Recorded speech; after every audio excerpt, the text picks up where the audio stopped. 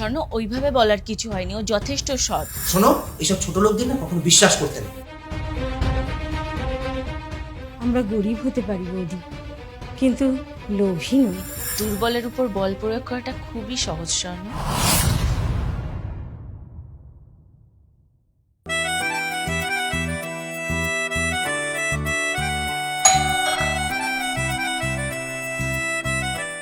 ও তুমি? বৌদি, আপনার কাপড়গুলো। ও দাও। ও বৌদি, এই 200টা টাকা না এই জামাগুলোর মধ্যে ছিল, তার আমি রেখে দিয়েছি আমার কাছে। তাই নাকি? তোমার কত হয়েছে? আমার 40 টাকা হয়েছে। এই যে, এই নিন।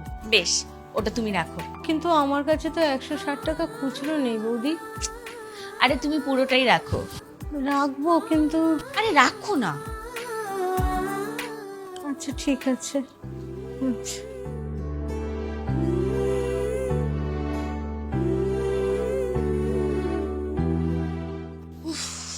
বাবা, এখনো যে এত ভালো মানুষ আছে জানতামই না।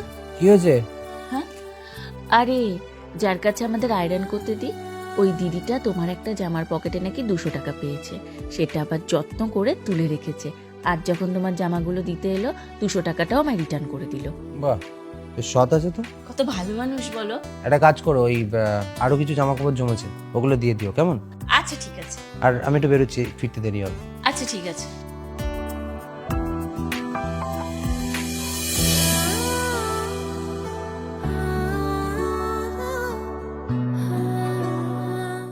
এই আমার কালো প্যান্টটা কোথায়? কোন প্যান্ট? আরে আমার কালো রঙের জিন্সটা কোথায়? ওটা তো আমি কাচতে দিয়েছি। কাচতে দিয়েছো মানে? আরে ওর মধ্যে 1,000 টাকা ছিল। কত টাকা? তাও প্রায় 7-8 হাজার টাকা হবে। মানে তোমাকে দিয়ে না কোনো কাজ হবে না, কোনো কাজটা তুমি ঠিক করে মন দিয়ে করো না। তোমাকে আমি বারবার বলেছি যে যে কোনো জামা কাপড় কাচতে দেওয়ার আগে পকেটগুলো একটু চেক করবে। গেল তো এখন এতগুলো টাকা। স্বর্ণ, ওইভাবে বলার কিছু হয়নি, ও যথেষ্ট সৎ। ও এর আগেও টাকা পেয়েছে, ও আমাকে ফেরত দিয়ে গেছে। টাকা পেলেও নিশ্চয়ই ফেরত দিয়ে দেবে। সেই তুমি ওই আশাতেই থাকো যে ও টাকা পাবে আর তোমার বাড়িতে এসে ফেরত দিয়ে যাবে। শোনো, আগের বার না 200 টাকা ছিল, তাই ফেরত দিয়েছি। এবার অনেকগুলো টাকা আর ফেরত দেবে না।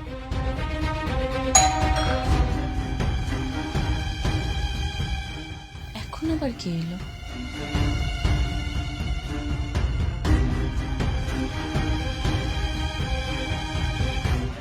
ও তুমি?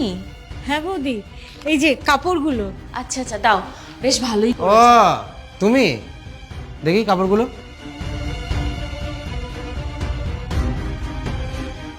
কই, এখানে কালো প্যান্ট তো নেই। কালো প্যান্টটা কোথায়? কালো প্যান্টটা কোথায়? এখানে যে কালো প্যান্টটা ছিল। বলছি, এখানে না একটা কালো প্যান্ট ছিল, ওই প্যান্টটা কোথায়?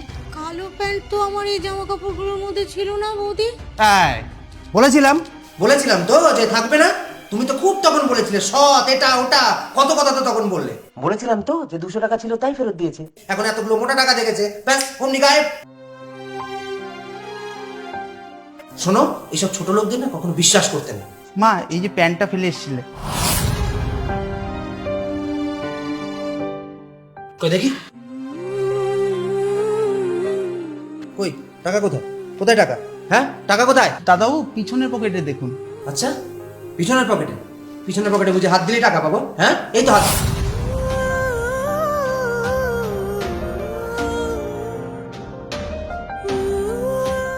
পেলে তো টাকাটা?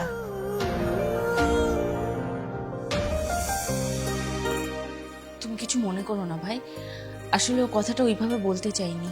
আমরা গরিব হতে পারি বৌদি, কিন্তু লোভী নই।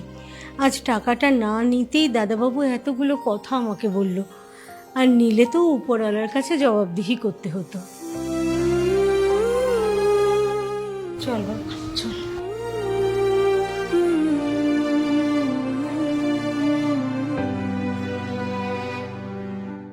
দুর্বলের উপর বল প্রয়োগ করাটা খুবই সহজ স্বর্ণ। কাউকে কিছু বলার আগে দুবার ভাবা উচিত। দ্বিতীয় দিন আর এ ভুল করো না।